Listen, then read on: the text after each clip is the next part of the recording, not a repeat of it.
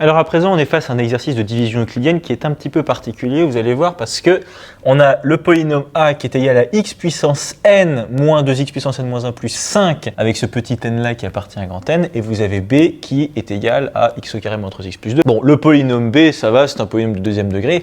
Le polynôme a, apparemment, il est bien de degré n. Et alors ça, on connaît pas trop. Ça pose un petit peu problème, on se dit, oulala, mais comment est-ce qu'on va s'en sortir? Vous en faites pas, ça va bien se passer. Alors, d'autant plus que on ne vous demande pas, dans cet exercice, le polynôme Q et le polynôme R. On ne vous demande pas les deux, on vous demande simplement de déterminer le polynôme R, c'est-à-dire le polynôme reste de la division euclidienne de A par B. Alors, comment est-ce qu'on va bien pouvoir s'en sortir?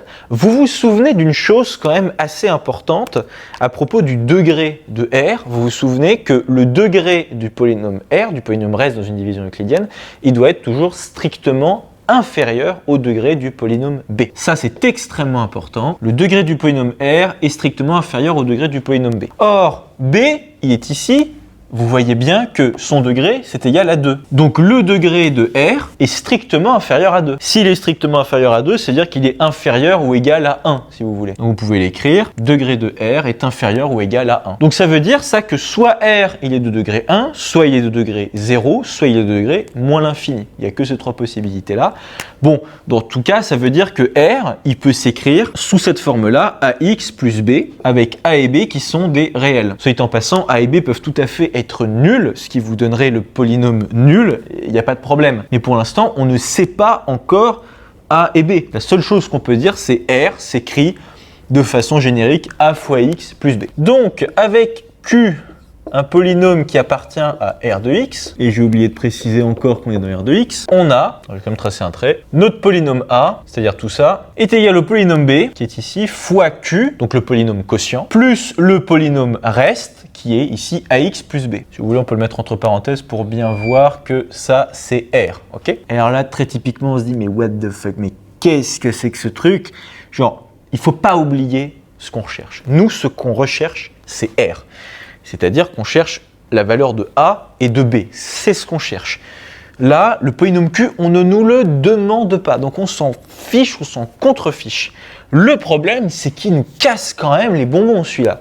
Ce saligo-là, le Q qui est ici. On aimerait beaucoup s'en débarrasser. Alors bien sûr, on ne peut pas s'en débarrasser comme ça. Il est forcément présent puisque A est égal à B fois Q plus R. On ne peut pas s'en débarrasser. Mais, si on réfléchit un petit peu, on pourrait peut-être s'en débarrasser, j'allais dire ponctuellement. Je m'explique. Nous, ce qu'on recherche, c'est la valeur de A et la valeur de B. Q, on ne le connaît pas, on veut s'en débarrasser. Comment pourrions-nous faire pour faire disparaître ce Q?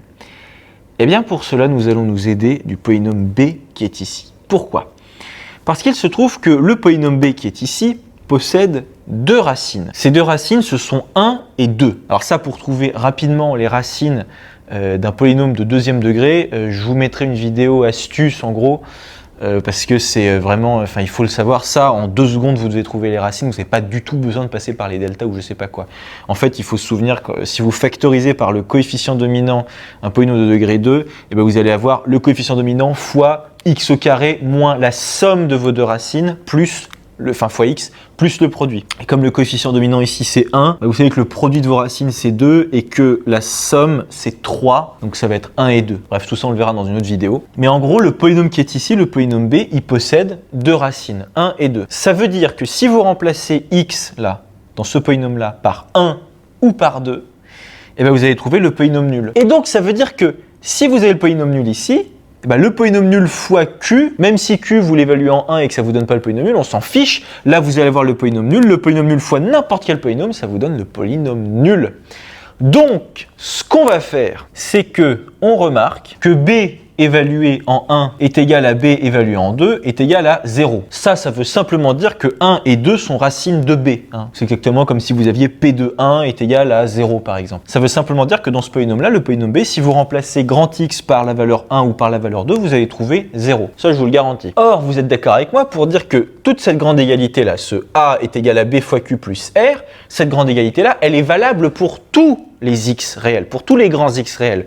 Donc, a fortiori, elle est aussi valable pour la valeur 1 et pour la valeur 2. C'est-à-dire que si vous remplacez vos grands x ici par 1 par exemple, il n'y a pas de problème, vous pouvez tout à fait évaluer, j'allais dire, cette grande égalité pour la valeur grand X est égal à 1. Il n'y a pas de problème. Vous pouvez aussi le faire pour grand X est égal à 2. Cette égalité-là, elle est valable pour tous les grands X réels. Donc pour 1 et pour 2, ça fonctionne. Donc évaluons en 1. D'abord, ça c'est la première chose qu'on va faire. C'est-à-dire que là-dedans, on va remplacer tous les grands X par 1. On a tout à fait le droit de le faire puisque, encore une fois, cette égalité est valable pour tous les grands X réels. Or, 1, c'est un réel. Il n'y a pas de problème. J'ai tout à fait le droit.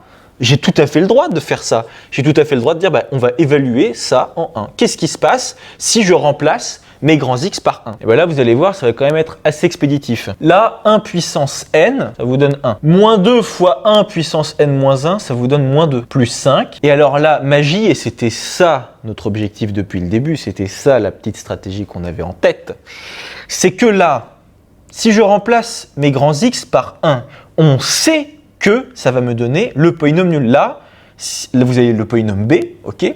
Or, 1 est racine de b. Donc, c'est-à-dire que si je remplace 1, je ne vais pas le faire du coup, parce que ça me donne tout simplement 0. Il n'y a pas de problème.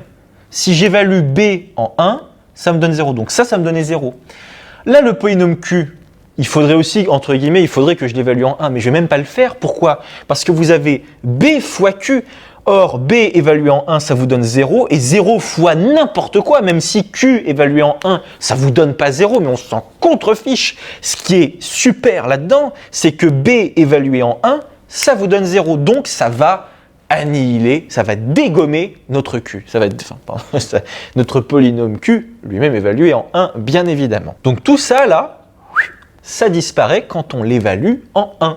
Ça donne 0. En revanche, lui, il ne va pas disparaître. Vous voyez que si vous remplacez x par 1, ça vous donne a plus b. Ce qui veut donc dire que a plus b est égal à 4. C'est plutôt pas mal, c'est plutôt malin cette histoire, parce que là, vous voyez, on n'a plus de q dans notre histoire. De polynôme q, même évalué en 1, rien à faire, il est barré, pas de problème. Bon. Mais là, ça ne nous suffit pas, parce que nous, on veut déterminer a et b. Là, on a une seule équation, avec deux inconnus, c'est pas possible, on ne peut pas la résoudre. Il nous faut une deuxième équation, et pour cela on va utiliser la deuxième racine de b. On va faire exactement la même méthode, mais cette fois-ci, au lieu d'évaluer toute cette égalité pour grand X est égal à 1, on va prendre grand X est égal à 2, c'est-à-dire la deuxième racine de b. Comme ça, ici, vous allez encore une fois avoir 0. Et là, bon, Q, lui aussi, évalué en 2, on s'en fiche de sa valeur, parce que, encore une fois, là, vous avez 0, ça va virer Q évalué en 2. Donc, c'est bon. Donc, évaluons en 2. J'ai vraiment une écriture terrible. Alors, ici, on va avoir 2 puissance n, moins 2 fois 2 puissance n moins 1, plus 5, est égal à quoi? Même pas besoin de recopier ça, ça nous donne 0 tout ça, parce que là, b évalué en 2, ça nous donne 0. Donc, il va simplement nous rester a fois 2 plus b, c'est-à-dire 2a plus b. Alors là, on se dit, oh, mais zut, il y a un petit problème, parce qu'on a des puissances de n, sauf que les mecs sont super malins, les mecs qui ont fait ce sujet-là. Pourquoi? Parce que, regardez, vous avez 2 fois 2 puissance n-1, vous voyez, à cause du 2 qui est ici. Et 2 fois 2 puissance n-1, ça vous donne tout simplement 2 puissance n. Donc vous avez 2 puissance n moins 2 puissance n, ça fait 2 puissance n, vous n'avez plus les puissances de n. Donc tout ça, ça vire, et vous avez simplement 5 qui est égal à 2a plus b. Et vous avez donc maintenant un très joli système de deux équations à deux inconnus, et qui vous reste simplement à résoudre. Bon, ça, normalement, vous savez comment est-ce qu'on fait, hein. Moi, j'ai toujours un faible pour les injections, même si je sais que c'est pas les plus efficaces, c'est pas les plus rapides, mais j'aime bien ça. C'est-à-dire que là, a est égal à 4 moins b, je vais remplacer a par 4 moins b, et puis on va déterminer b. Ce qui va donner que b est égal à 3, si vous faites le calcul, et donc du coup, ça veut dire que a est égal à 1. Et voilà nos deux coefficients. A est égal à 1, b est égal à 3, donc votre polynôme R, votre polynôme reste, c'est x plus 3. Voilà, alors ça, c'est un exercice quand même, j'allais dire, assez typique en réalité. Même si au début on n'en a pas l'habitude, il ne faut pas être déstabilisé par les puissances de n, vous en faites pas, à force d'en faire ça va vraiment rentrer, vous en faites pas, il faut dédiaboliser le truc. Et puis alors, surtout la grosse technique, déjà vous identifiez le degré de votre reste, si on vous demande le polynôme reste, vous identifiez le degré de votre polynôme reste, donc à partir de cette donnée là vous savez que R, votre polynôme, il s'écrit d'une certaine façon.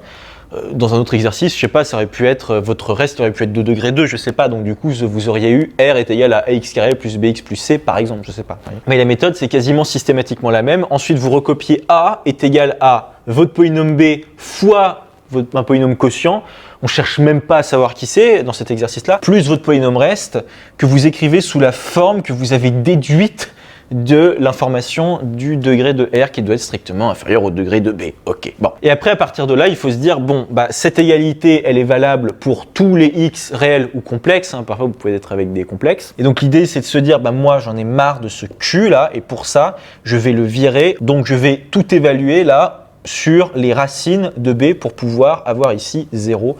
Et ensuite, c'est bon, j'aurai bien un système à 2 équations ou à 3 équations si votre polynôme R est de deuxième degré. Enfin, bon, voilà. Et après, vous trouvez quand même assez simplement les coefficients de R ici qui sont 1 et 3. Voilà pour cet exo.